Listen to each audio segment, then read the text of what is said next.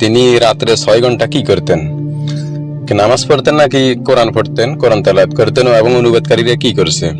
দর্শক, আমার একটা প্রশ্ন হলো আপনাদের কাছে যে আজকে আমরা আলোচনা করব নবীজি রাত্রে সূরা মুজাম্মেলে যে মোল্লারা বলতেছে যে নবীজি রাত্রে উঠি নামাজ পড়তেন এবং নামাজের জন্য আল্লাহ তাকে উঠতে বলছেন।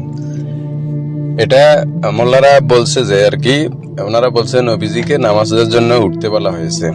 তো আমরা এই বিষয়টা নিয়ে আজকে আলোচনা করব যে নবীজি রাত্রে নামাজ পড়তেন নাকি কোরআন তেলাওয়াত করতেন। তো এটা একটা প্রশ্নের মতো আপনাদের কাছে রাখলাম। যদি আপনাদের জানা থাকে তাহলে অবশ্যই কমেন্টে জানাবেন আগে থেকে আপনারা কি জানতেন। এবং এখন আমরা বিস্তারিত আলোচনা করব ওয়ার্ড বাই ওয়ার্ড এবং অর্থ সহ তাদের ব্যাখ্যা বিশ্লেষণ সহকারে আমরা দেখব যে নবীজি আসলে কি করতেন, আর আমাদের থেকে কিভাবে সত্যটা গোপন করা হয় আমরা সেটাও দেখব। আমরা যদি দেখি 73 নম্বর সূরা মুজাম্মিলের এটাতে 20টা আয়াত আছে।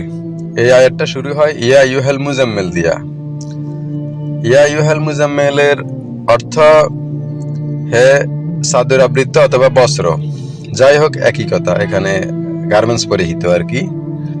কুমিল লাইলা ইল্লা কলিলা, এখানে অনুবাদ করা হয়েছে রাতে সালাতে দাঁড়াও কিছু অংশ ছাড়া।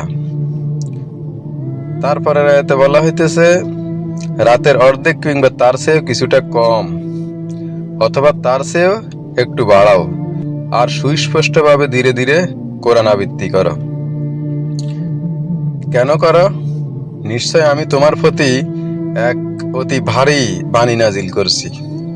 তাহলে কোরআন কত গুরুত্বপূর্ণ সেটা আল্লাহ এখানে বুঝাইছে ভারী শব্দটা দিয়ে, ভারী বাণী আমি নাজিল করছি।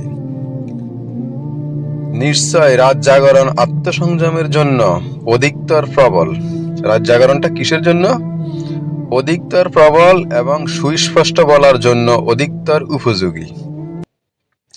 নিশ্চয় তোমার জন্য দিনের বেলায় রয়েছে দীর্ঘ কর্মব্যস্ততা। তাহলে রাত্রে আল্লাহ কেন নবীকে কোরআন পড়ার কথা বলছেন?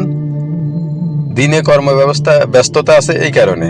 কিন্তু এইখানে আমরা যদি দেখি তাহলে এখানে কি অনুবাদ করা হইলো? এখানে অনুবাদ করা হলো যে রাতে সালাতে দাঁড়াও কিছু অংশ ব্যতীতে।